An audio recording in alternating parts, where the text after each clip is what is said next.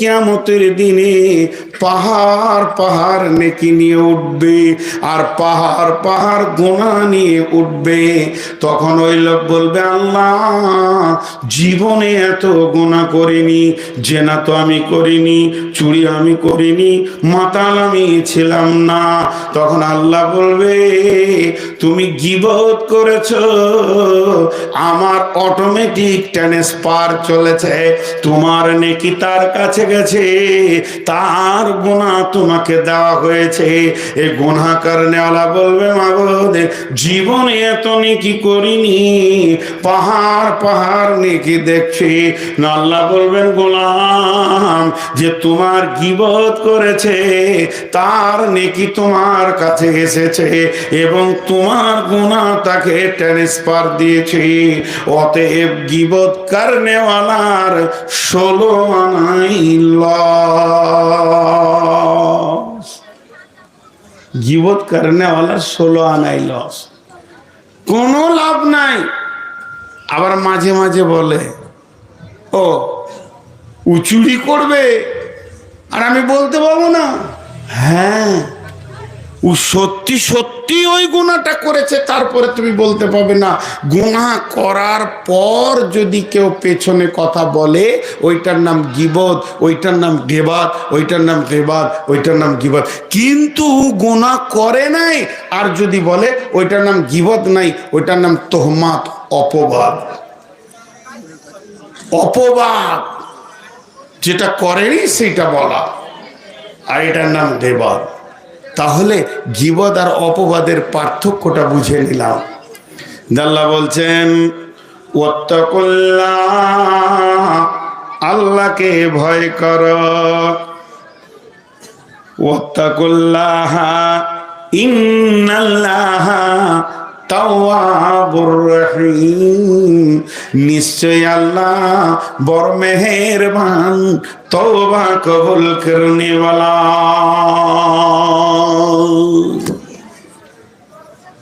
বলেন তো, একটা কথা আপনাদেরকে বলেছি, জীব হচ্ছে গোটা শরীরের সেক্রেটারি। চলেন এক একটা পার্টস বলেন। পা 2টো গুনাহ করে, 3টে গুনাহ করে, হার্ডলি 5টা গুনাহ করে। চোখ 1টা 2টা 5টা গুনাহ করে, তার বেশি করে না। তারপরে কান 2টা 5টা 1টা গুনাহ করে, সিরিয়ালের বেশি পাওয়া যাবে না। সরঙ্গা 2টি গুনাহ করে, 3টি গুনাহ করে, তার বেশি গুনাহ করতে পারে না। এইভাবে চোখ, কান, হাত, পা, মিজাজ, যত রকম বডিতে পার্টস আছে, কেউ 2টা করে, কেউ 3টা করে, কেউ 5টা করে, এর বেশি কেউ করে না। কিন্তু জীব এমন একটি মাল, একাই 163টা গুনাহ করে, সেক্রেটারি হবে না, তাকে সেক্রেটারি হবে। তাই আমার আল্লাহ বলছেন, ইয়া আইয়ুহাল্লাযীনা আমানু ইত্তাকুল্লাহ, হে ঈমানদারেরা আল্লাহকে ভয় করো এবং ওয়াকুলু কাওলান সাদীদা, কথা সত্য নরম মিষ্টি কথা বলো। প্রথমে বলেছে আল্লাহকে ভয় করো। একমাত্র জীবকে বন্ধ করার পৃথিবীতে কোনো ওষুধ আসেনি। বেটা ছেলেদের পেশির ক্ষমতা বেশি আছে না, মারবে এরকম করে, বলছে হ্যাঁ, হাই তুলতে বলছে হ্যাঁ, দিন রাত বউ মারে, ওর পেশির ক্ষমতা থাকবে না, মেরে মেরে হাত শক্ত করে নেবে। কত পাগলা দুনিয়াতে আছে। তো বেটা ছেলেদের পেশির ক্ষমতা বেশি, কিন্তু মেয়েদের চোপার ক্ষমতা বেশি। মার খাবে তারপরেও কথা বলবে ক্যাট ক্যাট ক্যাট ক্যাট করে। ও শরীরকে মেরে ঝাঁঝরা করে দিলে চোপা বন্ধ করা যাবে না। যাবে? হ্যাঁ, বদরুদ্দুজা নাদবি অবলা সরলা বলে। অবলা কথা বলার মেশিন। আমি যখন থেকে বক্তব্য রাখছি এইখানে 3টে মেয়ে তখন থেকে বক্তব্য শুরু করেছে। এই যে কোন যন্ত্র আল্লাহ জানে। হ্যাঁ, কথা বলার মেশিন পৃথিবীতে এসেছে। তো এদের জবান চলতি থাকে। তো জবান একটা কঠিন জিনিস। জিভকে বন্ধ করার কোনো ওষুধ আছে? দেখবেন চোখ বন্ধ করার ইঞ্জেকশন আছে। তো জিভও বন্ধ হয়ে যাবে যদি সেই ইঞ্জেকশন মারা হয়। তো পৃথিবীতে কোনো ওষুধ আসেনি, জিভ কথা বলে। তার দিয়েও যদি বেঁধে একটা প্রেক লাগিয়ে দেন, কালকে থাম্বিল তৈরি করবো, ওরা তার দিয়ে বেঁধে প্রেক লাগাবে। এগুলো যদি করো, একটা ইউটিউবারকে লাগাতে দেবো না। প্লেন আমার ছবি থাকবে, কোনো থাম্বিল থাকবে না। যতগুলো ইউটিউবার আছে বলে দিয়েছি, ওই জিভ কথা বলে, পা কথা বলে, যদি এইগুলো থাম্বিল করো তো তাকে একদম ক্যামেরা লাগাইতে দিব না। তো জিভকে বন্ধ করার পৃথিবীর কোনো ক্ষমতা নেই। হ্যালো সেক্রেটারি, আমাকে আপনাদের জালসা কমিটি থেকে ফোন করছে। হ্যালো মৌলানা সাহেব, কত দূরে? আমি দিনাজপুর থেকে আসছি। বলেছি যে আমি আগের দিনে কোথায় আছি, কিষানগঞ্জে আছি। তোরা জানে এইদিকে আসবে। মৌলানা কত দূরে? কালিয়াচক পেরোতে পারলেন? বলছে হ্যাঁ কালিয়াচক পেরিয়ে গেছি, ফারাক্কা ব্রিজে উঠছি। তখন আমি গাজলে। কত বড় বেঈমান বলো তো। এরকম চলছে কি চলছে না? আরে হ্যাঁ না বলেন মোবাইলে। কিন্তু ওই অবস্থায় আমার জীব যে একটা বড় গুনহা করছে, এটা এখানকার কমিটি কেউ দেখতে পেছে না। ওই অবস্থায় যদি স্মরণ হয় যে আমি কোথা আছি না আছি, মেন রেডারে যে বসে আছে সে দেখছে, তাহলে আর ও বলতে পারবে? মিথ্যা কথা বলতে পারবে না। এই জন্যে জীবকে আটকানোর একটাই রাস্তা, সেটা হচ্ছে আল্লাহর ভয়। আল্লাহর ভয় থাকলে ও জীব সত্য কথা বলবে। ভাই আমি এইমাত্র গাজল ঢুকলাম, এত দূরে, সেই সকাল থেকে বেরিয়ে, ভাই এক বন্ধুর বাড়িতে আটকে গিয়েছিলাম, লেট হয়ে গেল, আসছি ইনশাল্লাহ। বলেছিলাম দুপুরে ভাতটা খাবো, তার হলো না, রুজি নাই, ইনশাল্লাহ সন্ধ্যায় পৌঁছাবো। জি। আর জালসা কমিটি বলবে যে সাড়ে নটায় দিয়ে দিব, যে 12টায় দিবে। এও জিভবে কন্ট্রোল, এও জিভবে কন্ট্রোল। হ্যাঁ আপনাদের ইমাম সাহেব হাসছে, ভাই ও ভাবছে তো ওই রকমই তো করেছি। তো এই ভেজাল চলছে সারা দুনিয়াতে। আমি আমভাবে বলছি, এইভাবে চলছে। দেখেন তা আল্লাহ তাবারক ওয়া তাআলা কি বলছেন, যে আল্লাহকে ভয় করো তারপরে কথা শুরু করো। আল্লাহকে ভয় করো তারপরে কথা শুরু করো। এরপর আবার কি বলছেন, বিসমিল্লাহির রহমানির রহিম, ওয়াইদা কুনতুম ফাদিলু ওয়ালাউ কানা যা কুরবা। আমার গোলাম রে, যখন তুমি কথা বলবে আদাল দিয়ে বলো। ফাদিলু, আদালত মানে ইনসাফের সঙ্গে কথা বলো, অন্যায় কথা বলবে না। কার দোষ নয়, বিচারের ময়দানে জবানকে কন্ট্রোল করবে। ওয়াইদা কুনতুম ফাদিলু, তুমি জবানকে কন্ট্রোল করো। আমার রব বলছে তোমার জবান আছে 32টা সেনার মধ্যখানে, তোমার জবান আছে আমার 2খানা সিআইডির নিচে, আমার সিবিআই আছে তোমার জবানের কাছে, আমার সুপ্রিম কোর্ট রয়েছে তোমার জবানের কাছাকাছি। জবানকে এমন জায়গায় রেখেছি, খবরদার আমার সিআইডিরা লক্ষ্য করছে। 2টি কাস্টম রয়েছে, তার কাছে এতটুকু বেইনসাফি কথা বলবে, তোমার আদালতকে রেকর্ডিং করে আমাকে দিয়ে দেবে। অতএব ইয়া আইয়ুহাল্লাযীনা আমানু ইত্তাকুল্লাহ, হে ঈমানদারেরা আল্লাহকে ভয় করো, তারপরে কথা শুরু করো। ওয়াকুলু কাওলান সাদীদা, সত্য নরম মিষ্টি কথা বলো। এতে কি হবে? কি হবে? ইসলিহ লাকুম আমালাকুম, ইসলিহ লাকুম আমালাকুম, তোমার গোটা বডির সমস্ত আমলগুলো সহি হয়ে যাবে। ওটা আমাকে দিয়ে আসবে বাড়িতে, এখন রাখো।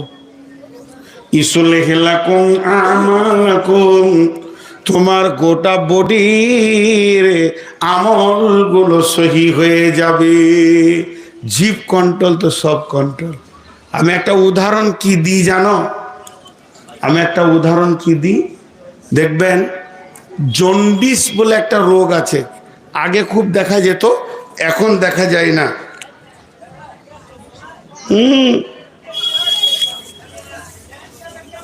ঠান্ডা লেগে যাবে, সর্দি লেগে যাবে।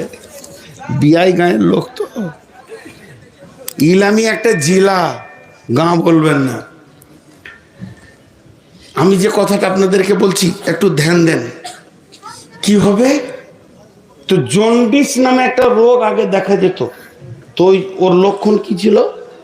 চোখ হলুদ, জিভ হলুদ, হাতের তলা হলুদ, পায়ের তলা হলুদ, বডিটা হলুদ, পেচ্ছাপটা স্বাভাবিক থেকেও হলুদ হতো কি না?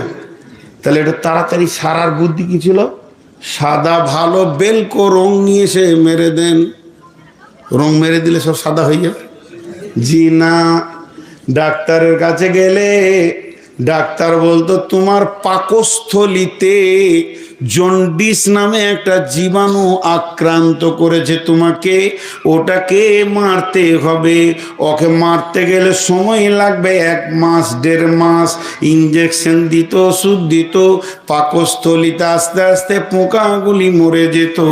পাকস্থলী স্বাভাবিক, হাত পা চোখ কান স্বাভাবিক।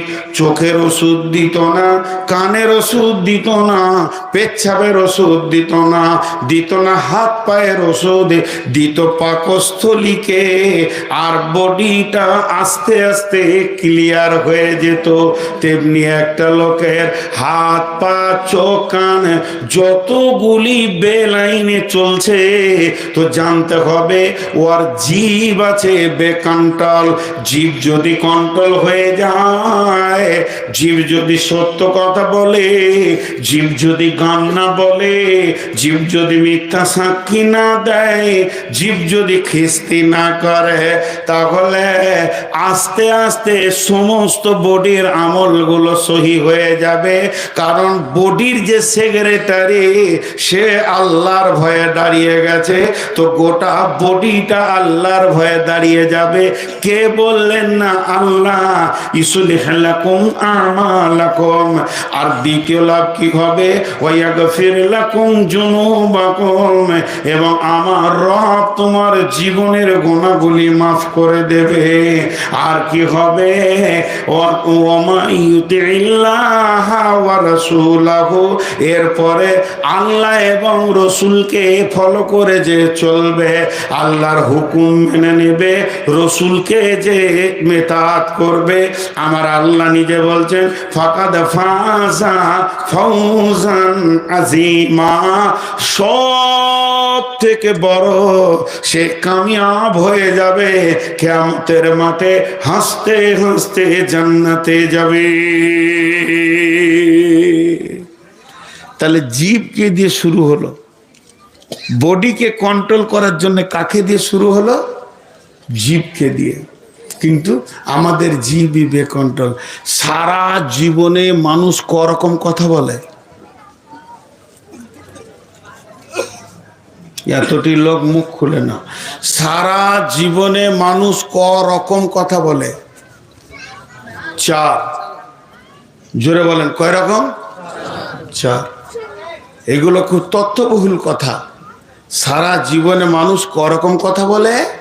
4 রকম। ভালো কথা, খারাপ কথা, ভালো কথা, খারাপ কথা, প্রয়োজনীয় কথা, অপ্রয়োজনীয় কথা। ভালো কথা বলে, ভাই নামাজ পড়ো। এই যে আমি এখন বলছি, এগুলো ভালো কথা। আপনিও হয়তো আমাকে বলবেন, জি মৌলানা সাহেব কেমন আছেন? ভালো কথা। আর প্রয়োজনীয় কথা কি? আসেন, খেয়ে নেন। বাপ ছেলেকে বলছে, বাবা মার্কেটে যাও, মালগুলো নিয়ে এসো, আমি একটু ঘুরে আসি। এই যে আপোষে আলোচনা, মাদ্রাসার শিক্ষক বলছে আরেক শিক্ষককে, ভাই আপনি এগুলো কিনে নিয়ে আসেন, আমি একটু ছেলেগুলোকে দেখে নিই। এই যে ভালো কথা আর খারাপ প্রয়োজনীয় কথা, এগুলো। আর একটা হচ্ছে খারাপ কথা। খারাপ কথা মানে গালি গালাজ, গান বাজনা, নাটক, নানা রকম নোংরা কথা খিস্তি করে গালি দেওয়া, বন্ধু বান্ধবকেও খিস্তি করা, ইয়ারকি ঠাট্টা করেও খিস্তি করা। বন্ধুরা আবার এগুলো হলো খারাপ কথা। আর একটা অপ্রয়োজনীয় কথা, চায়ের দোকানে বসে bat bat bat bat bat bat bat bat bat bat bat bat বকি যেছে বকি যেছে বকি যেছে, অপ্রয়োজনীয় কথা। দুইটি কথাতে নেকি আছে। আল্লাহ বলেছেন কাউলুন মারিফুন কাসাজারাতিন তাইয়্যিবা, কাউলুন তাইয়্যিবাতিন কাসাজারাতিন তাইয়্যিবাতিন। আপনার ভালো কথা হলো ভালো গাছের মতো, তার ফল থেকে তার গাছ, তার ফল থেকে তার গাছ। আমি একটা লোককে বলবো বন্ধু নামাজ পড়ো, সে আর কাউকে বলবে ভালো কথা। কালেমাতিন খাবিসাতিন কাসাজারাতিন খাবিসাতিন।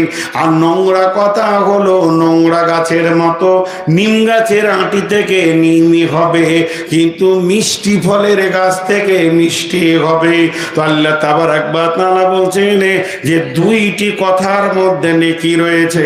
প্রয়োজনীয় কথা যতগুলি আপনি বলবেন এগুলো সাদাকার নেকি পাওয়া যাবে। কাউলুন মারিফুন কা সাদাকাতুন। আল্লাহর নবী বলেছেন সুন্দর ভালো কথা হচ্ছে সাদকা। কেউ 500 টাকা সাদকা করলো, কেউ 1000 টাকা সাদকা করলো, কেউ 200 টাকা সাদকা করলো। আর আমি যে কথাগুলি বলছি এগুলো হলো সাদকা। আমাকে যে পড়িয়েছে সেটাও হচ্ছে সাদকা। এরকম একটা সাদকা। আপনি রাস্তায় চলতে চলতে কাউকে বললেন বন্ধু জুয়াটা ছেড়ে দাও, এটাও একটা সাদকা। কাউলুন মারিফুন কা সাদাকাতুন, এটা হলো সাদকা। অতএব ভালো কথা সাদকা। প্রয়োজনীয় কথা, বিবির সঙ্গে মিষ্টি মিষ্টি করে গল্প করছেন, আনন্দের গল্প করছেন, প্রেমের গল্প করছেন, ছেলের সঙ্গে গল্প করছেন, ছেলেকে নিয়ে আনন্দ দিচ্ছেন, বাপ বেটা একটু ছেলেটাকে নিয়ে আনন্দ করছেন, নাতনিকে আনন্দ করছেন। এই কথাগুলির ভিতরে নেকি আছে, এগুলো ফালতু যাবে না। আমার রব কত বড় মেহেরবান, এগুলির মধ্যে নেকি রেখেছেন। কিন্তু যারা ফালতু ভ্যাট ভ্যাট ভ্যাট ভ্যাট ভ্যাট ভ্যাট ভ্যাট ভ্যাট ভ্যাট ভ্যাট ভ্যাট ভ্যাট ভ্যাট ভ্যাট ভ্যাট ভ্যাট ভ্যাদানি আছে না? আর আপনাদের এদিকে নাই? ও চায়ের দোকানে বসেছে তো ওখানটা ময়লাই করে দেয়, যেখানটা বসে খালি ভ্যাট ভ্যাদানি। কিরে বিটু তৈরি ঘাটা দেখছি, নিলে 1 কাপ চা বল। এই করে করে সারাদিন চা খাই লোকের পয়সায়, আর ওই করে করে করে করে ভ্যাদি করে। এগুলো হচ্ছে গুনাহ। আল্লাহ তাবারাক ওয়া তাআলা বলছেন এরা জান্নাতে যাবে না। লা জান্নাতে যাবে না কোথায় আছে? কোরআনে আছে। এইটাকে রেখে দিলাম, আর বলবো না। শেষকালে মনে থাকলে বলবো, না হলে বলবো না। ভ্যাদানিরা জান্নাতে যাবে না, কোরআনের আয়াত আছে, দুটি আয়াত আছে। চলেন জীবদের ব্যাপারে আল্লাহ কি বলছেন আর একটা জায়গায়, ওয়াইলুল লিকুল্লি হুমাজাতিল লুমাজা হুমাজা লুমাজা হুমাজা লুমাজা। গুরুত্বপূর্ণ কথাই জেনে 3 বার বললাম। ওয়াইলুল লিকুল্লি হুমাজাতিল লুমাজা। হুমাজা আলাদা জিনিস, লুমাজা আলাদা জিনিস। আমার আল্লাহ বলছেন আমি একটা জাহান্নাম তৈরি করছি। 7টা জাহান্নামের ভিতরে ওই জাহান্নামটার নাম হলো ওয়াইল। ওই জাহান্নামে কে যাবে? যে হুমাজা করেছে আর লুমাজা করেছে। একটা হলো পেছনে কথা বলে কষ্ট দেওয়া, আর একটা সামনে সামনে অপমান করা। হুমাজা মানে পেছনে কথা বলা, আর লুমাজা মানে সামনে কথা বলা। কেমন? পেছনে কথা বলা মানে মূলবি ভালো নয়, লুটে নিলে দুনিয়াটাকে। ভালো হচ্ছে টাকা আমার হচ্ছে, গুনাহ ওরা লিখছে। এই যে পেছনে বলা, এটা হলো হুমাজা। আর লুমাজা কি? হ্যাঁ, আমি ধরেন সত্যি করে উদাহরণ দিচ্ছি, আমি একটা গুনার সঙ্গে জড়িত আছি। কি না, আমি ধরেন সুদ খায়, আস্তাগফিরুল্লাহ, নোংরা জিনিস, তারপরও বলছি সুদ খায়। তো আমার চাচাতো ভাই কোনো ব্যবসা কারণে আপনাদের এখানে এসেছে, পরিচয় হয়ে গিয়েছে, তো আপনি কাগজটা দেখাইছেন যে নূর মোহাম্মদ আসছে, ও আমাদের জালসা শুনতে থেকে যাও, যে তোমাদের বর্ধমানেরই। তা আপনি জানেন না যেটা আমার নিজের চাচাতো ভাই, যে নূর এই সুদারুটা, ও বলে দিলে আর কি, এই সুদারুটা, হ্যাঁ বলে আমার নাম্বারটা লিখেলেন, ওকে বলবেন ও সুদ খেয়েছে, যদি না বলে তো আমাকে ফোন ধরিয়ে দেবেন। আমি গত মাসে 20,000 টাকা সুদ দিয়েছি, তার মানে পাক্কা প্রমাণ আমি একটা পাক্কা সুদারু। এরই ভিতরে দুটো ছেলে জেনে নিয়েছে। দেখবেন কিছু ছেলে আছে সামনে সামনে কথা বলতে ভালোবাসে, ও আবার বলবে আমি কাউকে ভয় করি না। সত্য কথা বলতে ভয় কেন করব? সব সত্য প্রকাশ, যেটা বলেন সব সত্য প্রকাশ। কত হালাল জিনিসকে আল্লাহ গোপন করে দিয়েছে। সব সত্য যদি প্রকাশ হয়, তুমি জেনা করবে তাহলে গোপনে করোটা হারাম, আর বিবি তো তা হালাল, তাহলে কি হাই রোডে শুবে বিবিকে নিয়ে যে আমি হালাল কাজ করবো, তো গোপনে কেন করবো রে বাবা? সব সত্য প্রকাশ নয়, সব সত্য প্রকাশ নয়, গোপন আছে, বহু সত্য আছে যাকে গোপনে করতে হয়। এমনও দান রয়েছে, গোপনে দান করো, ডান হাতে করবে বাঁ হাত জানবে না, এটা হালাল, তারপরও গোপন। তা ঠিক ওই রকম মহাসত্য গোপন করতে হয়। তো এখন ও বলছে আমি সামনে সামনে বলে দিব, আমি এখান থেকে গাড়িতে নামছি, আর যেই নেমেছি তার সাহেব আপনি নূর মোহাম্মদ নাকি? জি আসসালামু আলাইকুম, আমি অপেক্ষা করছিলাম যে আপনাকে দেখো। তা আপনি তো সুদ খান। আর 50টা লোক ভিড় করে দাঁড়িয়েছে, এই যে আপনার চাচাতো ভাই অমুক নাম, এই যে নাম্বার দিয়ে গেছে, কিছু বলার নেই, এটা বলা যাবে না। আল্লাহ তাবারক ওয়া তাআলা বলছে ও সুদখোর হলো, তুই লোকের সামনে বলতে পাবি না, আবার পেছনেও বলতে পাবি না। হুমাজাতিল লুমাজা, যদি তুমি সামনে পেছনে বলে গীবত করে দাও আর সামনে বলে অপমান করে দাও, তোমার জন্য জাহান্নাম অয়েল অপেক্ষা করছে, কেউ তোমাকে বাঁচাতে পারবে না। হোমাজা লোমাজা করা যাবে না, আর পেছনে তো বলা যাবে না, কিন্তু আবার গীবত করা জায়েজ, গীবত করা জায়েজ। 5-6 জনের গীবত করা যাবে, মনে আছে কটা দেখি আপনাদেরকে বলি, গীবত করা যাবে। হ্যাঁ, এখানে একটা কথা ছাড়া যাচ্ছিল, এরই মাঝে আপনাদের জালসা কমিটি যিনি সেক্রেটারি, তিনি একটু জ্ঞানী বিচক্ষণ লোক, ও শুনেছে আমি সুদ খাই, যাই চুপ কর, ওটা আমি দেখে নিব, আমাদের মেহমান, কেউ কিছু বলবি না, সবাইকে বলে দিছি, কিন্তু মসজিদে দাঁড়িয়ে বলে দিল মৌলভী সাহেবকে কেউ কোনো অপমান করবি না, তাহলে তো বুঝতে পারবি। তার একটা দাপট ছিল, সবকে চুপ করে দিল। এখন আমাকে সব কিছু জালসা হলো, খাওয়া দাওয়া হলো, বিদায় সিদায় হলো, একটা রোমের ভিতরে ডেকে উনি আর ইমাম সাহেব বা আমার এই স্নেহের ভাই দুজনে মিলে দরজাটা লাগিয়ে এক গাদা বলল, আপনি আলেম মানুষ, আপনি জালসা করেন, আপনার কথায় কত মানুষ হেদায়েত পায়, আপনি সুদের সঙ্গে জড়িত, এটা গুনাহ হবে না। কথাটা বুঝাতে পারলাম? তার সামনে বলো, সকলের সামনে তাকে বলো না, তার সামনে। কিন্তু শুনলেন 5-6 জনের গীবত করা জায়েজ আছে, 5-6 জনের গীবত করা জায়েজ আছে। সেটাকে নাম্বার 1 ছাত্রের গীবত শিক্ষকের কাছে করা যাবে, উদ্দেশ্য থাকবে জ্ঞান দেওয়া। আপনি আমার শিক্ষককে বলেন আপনার ছাত্রকে ধুলিয়ানে নিষিদ্ধ পল্লীতে ঘুরতে দেখেছি, সিনেমা হলের সামনে দেখেছি, মৌলানা একটু শাসন করে নেবেন। ছাত্রের গীবত তার শিক্ষকের কাছে করা যাবে। ছোট ছোট ছেলেগুলো জুয়ো খেলছে, আপনি এসে ইমাম সাহেবকে বললেন, ইমাম সাহেব অমুকের বেটাটা মসজিদে আসছে, একবার দেখবেন ওটা পাকা জুয়ারি, কোন একটা মাতাল মদ খায়। ইমাম সাহেবকে বললেন, ইমাম সাহেব ওই লোকটা তো আপনাকে ভালোবাসে, ঈদের দিনে একটা লুঙ্গি দিল, কিন্তু লোকটা পাকা মাতাল। এটা এই উদ্দেশ্যে বলা যাবে, তাকে ছোট করব না, বরং ইমাম সাহেবকে তার পেছনে লাগাবো, যাতে করে মানুষটা মদ ছেড়ে দেয়। এই উদ্দেশ্যে গীবত করা যাবে।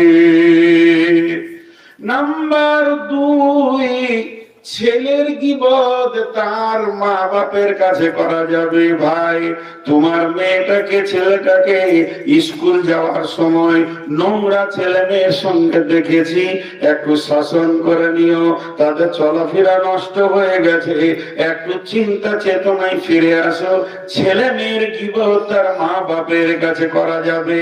নাম্বার 3, যদি আমি কারোর বিরুদ্ধে বিচার নিই, বিচারকের কাছে নালিশ করা যাবে। আমি গিয়ে বলবো বিচারককে, কাজীকে, আমি প্রধানকে, এইগুলো তুলে ধরা যেতে পারে। যদি তুলে না ধরে বিচারটা কিন্তু ভালো হবে না।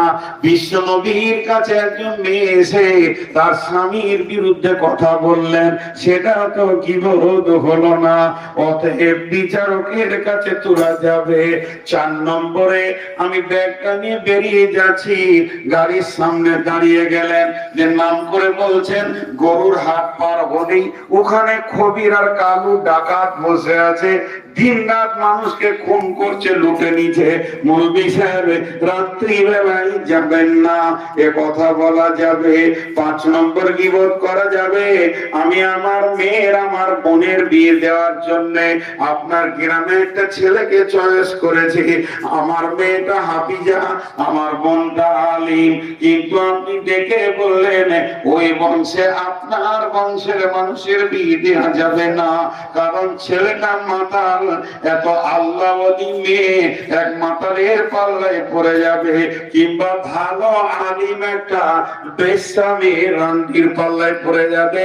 বিয়ে থেকে বাঁচানোর জন্য ভালো ছেলেকে নোংরা মেয়ে থেকে, নোংরা মেয়েকে ভালো ছেলে থেকে আপনাকে বাঁচাতে গিয়ে ওই বিয়েটা যদি গীবত করে ভেঙে দেন তো গুনাহ হবে না, মুমিনকে বাঁচানো হবে।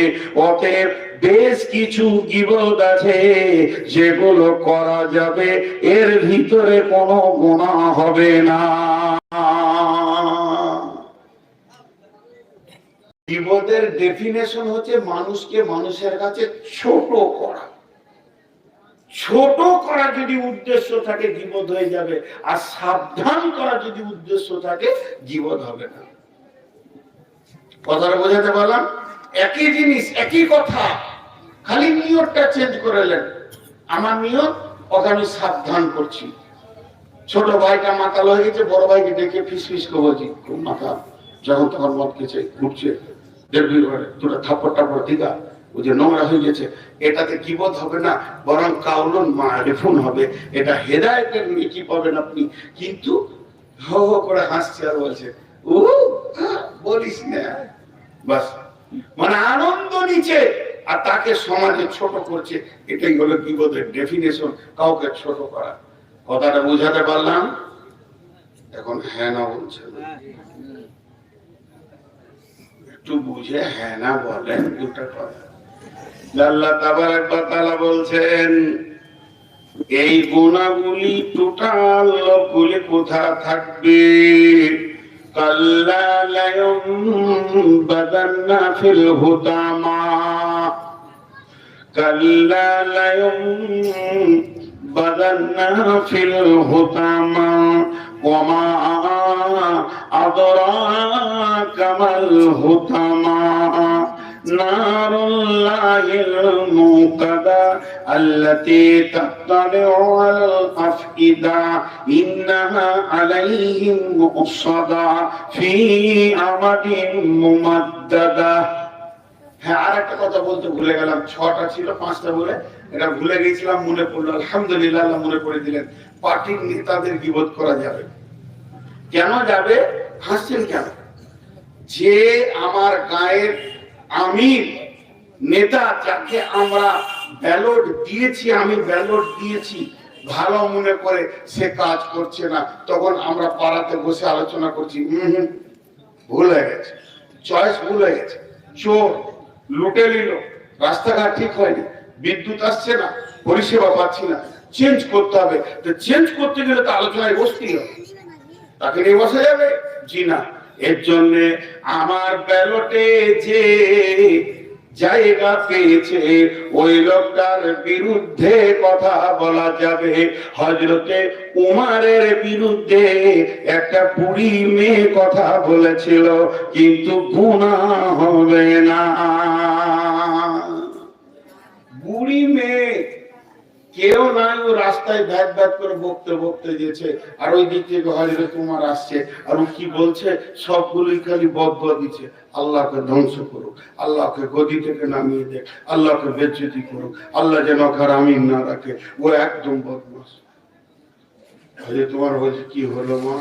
বলছে বকিস না, ওকে চিনে না যেটা উমর আর কি, বকিস না। তুই কি জানিস? কাকে আপনি বদদুয়া দিচ্ছেন? আমাদের দেশের যে আমির ওকে বদদুয়া দিচ্ছি। তোরা বকবি না আমি বক করে? তোরা বলবি না আমি বলবো? ছোট ছেলে, ওদের বলাটাও ভুল হয়নি, আমার বলাটাও ভুল হয়নি। ওটা বয়স, ওরা দেখছি এত বড় বক্তানি জলসা করছি, তাহলে কি আমরা কম মাস্তান নাকি?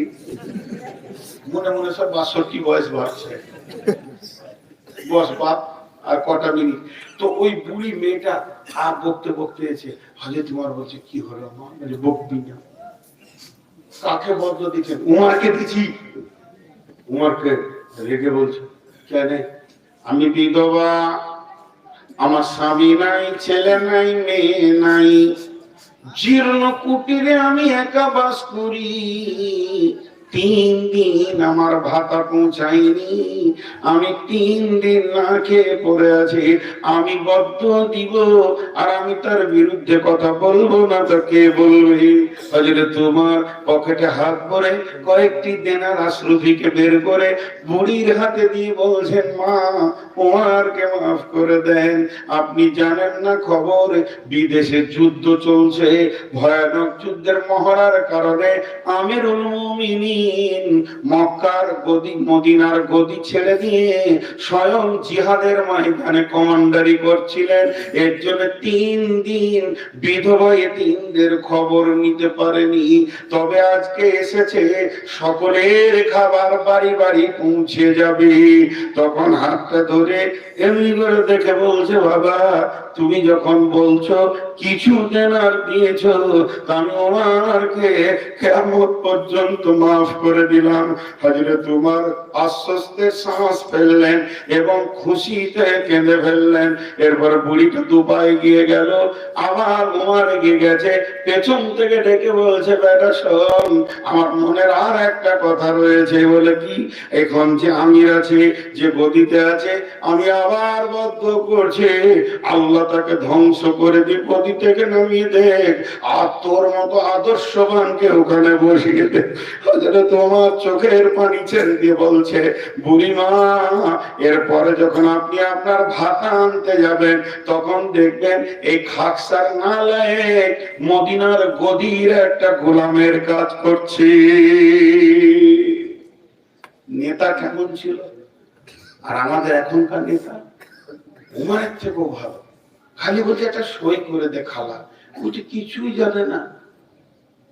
আনপর বুড়ি মেয়ে জীর্ণ কুটিরে বাস করে, বলছে 20,000 টাকা দেবো।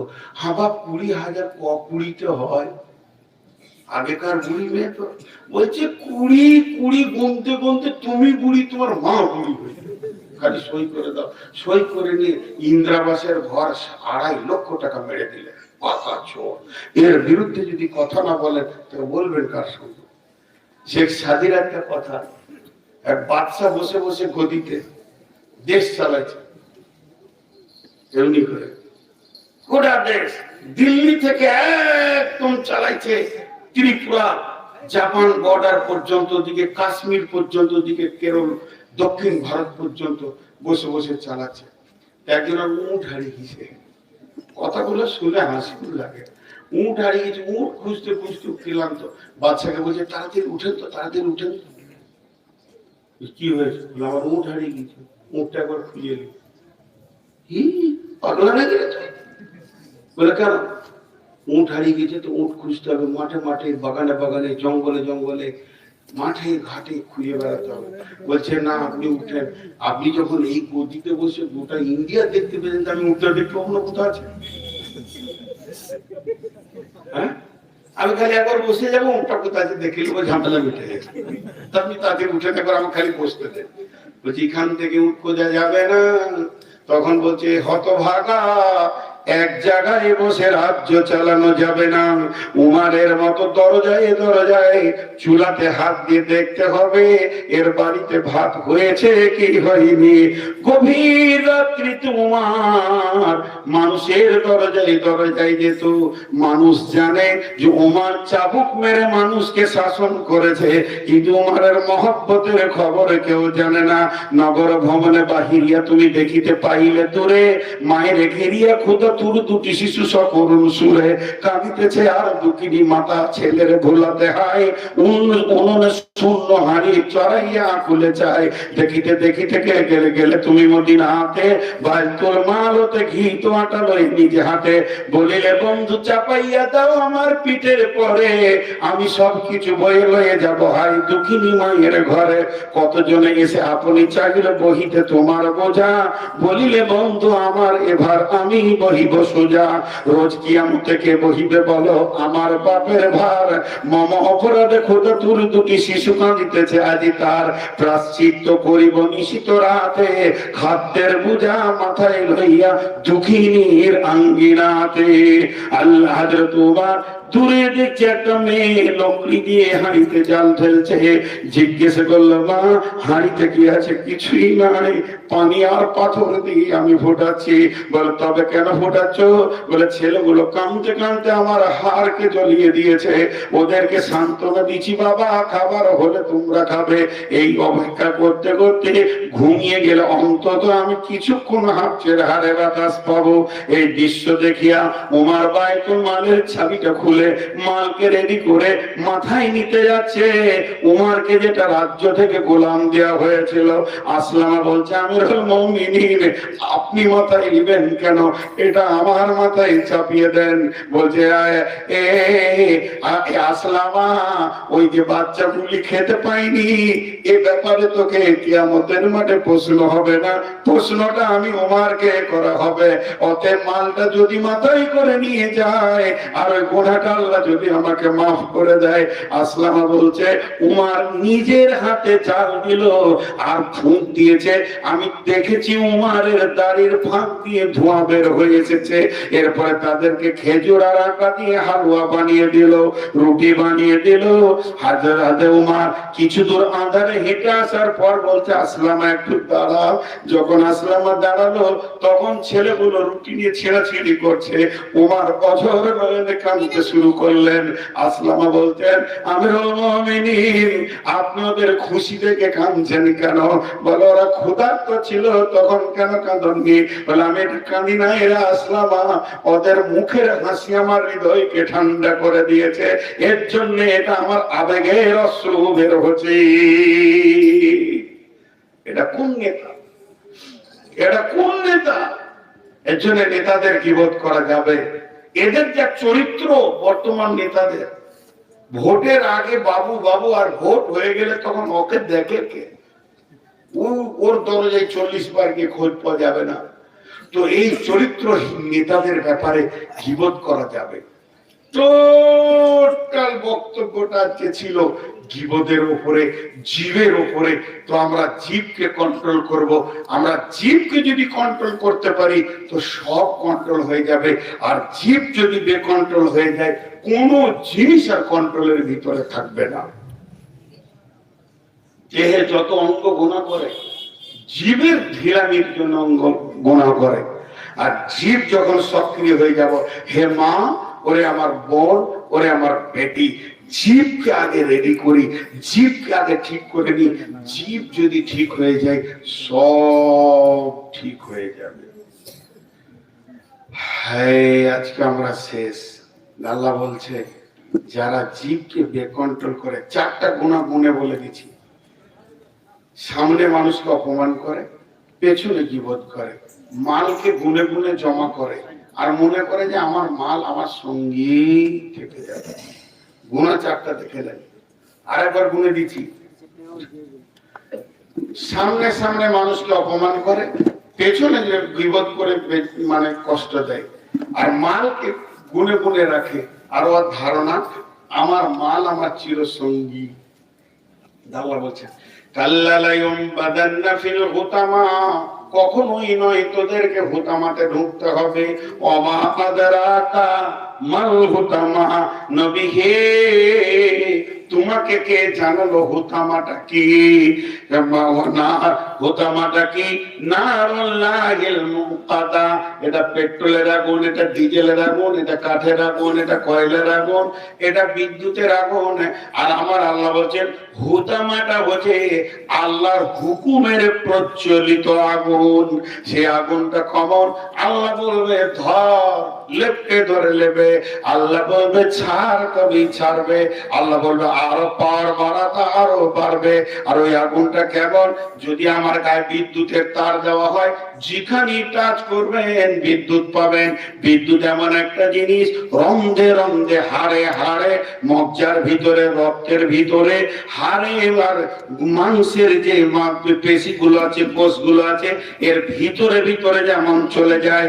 আল্লাহ বলছেন নারুল্লাহিল মুকাদা আল্লাতী তাত্তালিউ আলা আফিদা, পৃথিবীর আগুনে চামড়া পুড়ে গেছে, বাকিগুলো ঠিক আছে, তো বাঁচানো যাবে। ডাক্তার বলবে রক পুড়ে নাই, হালকা পুড়েছে, বেঁচে যাবে।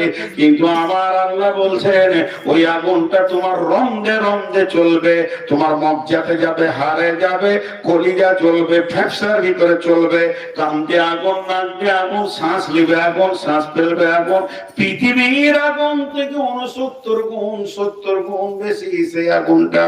এটা চলবে তোমার পেটের নাড়ির ভিতরে, কলজের ভিতরে, সবগুলি যেন কয়লার মতো দাও দাও করে জ্বলবে। আমার আল্লাহ বলছেন ইন্নাহা আলাইহিম মুসাদা, সেই দিন যখন আগুনটা চালাবো, তোকে ছেড়ে দিব, লাফিয়ে বেড়াবি, চলবে না, মজবুত করে বেঁধে দিব। ফিয়ামাদিন মুমাদ্দাদা, পাগলাকে যেমন চিকিৎসা করে শর্ট মারে বেঁধে দিয়ে, তোকে আমার জাহান্নামের ভিতরে খাম্বাতে বেঁধে আমি আগুনটা চালাবো। এই আগুন যখন চলবে, তোরা বুঝবি মানুষের পেছনে গীবত করা কি শাস্তি, মানুষের সামনে অপমান করা কি শাস্তি, মালকে জমা করে রাখার কি শাস্তি, আর মাল আমার সঙ্গী হবে এই ধারণাটা করা কি শাস্তি।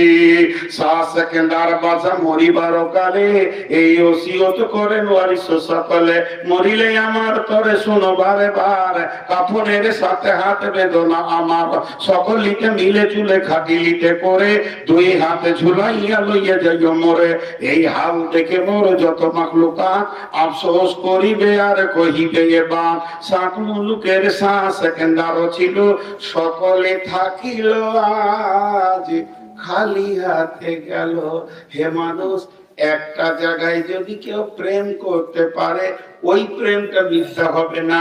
বাপের সঙ্গে প্রেম করেন, বাপ মারা যাবে, মায়ের সঙ্গে প্রেম করেন, মা ধ্বংস হবে, বিবিকে ভালোবাসেন, সেও আপনাকে ছেড়ে চলে যাবে, সন্তান ছেড়ে চলে যাবে। মানব যদি হব আমাদের জ্ঞানী বিচক্ষণ, মুরজিয়া আল্লাহর প্রেমে কাটাও জীবন। ভূমিতে আসিয়া তুমি ভবের মেলায়, হেলাই কাটিও না মাটিয়া খেলাই। এ মেলায় বহু লোক আসিয়া ভূমিতে, সব চলে গেল কোথা দেখিতে দেখিতে, সংবাদ তাদের কিছু পাওয়া নাহি যায়। হায় আজ আছে তারা কি হালে কোথায়, নাই সে দেশে কেহ আল্লাহ বিনু আর করিবে তাহাদের বিন্দু উপকার। দেখিতে আসিলাম মেলা দেখা হলো শেষ, চলো এবার ফিরে যাই আপনার দেশ। যেই দেশে ছিলাম পূর্বে চলো সেই দেশে, কি আছে রয়েছ বসে এসে পরবাসে।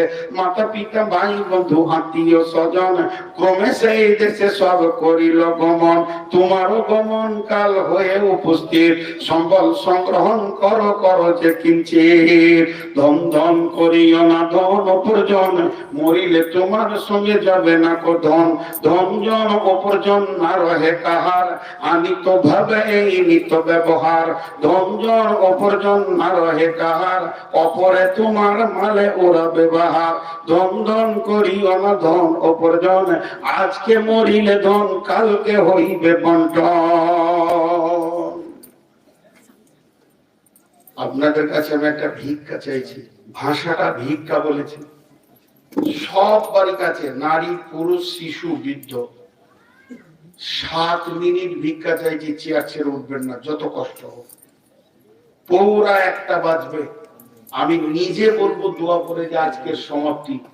কিন্তু এই 7 মিনিটের ভিতরে আমি চাইছিলাম আপনাদের কাছে কিছু টাকা।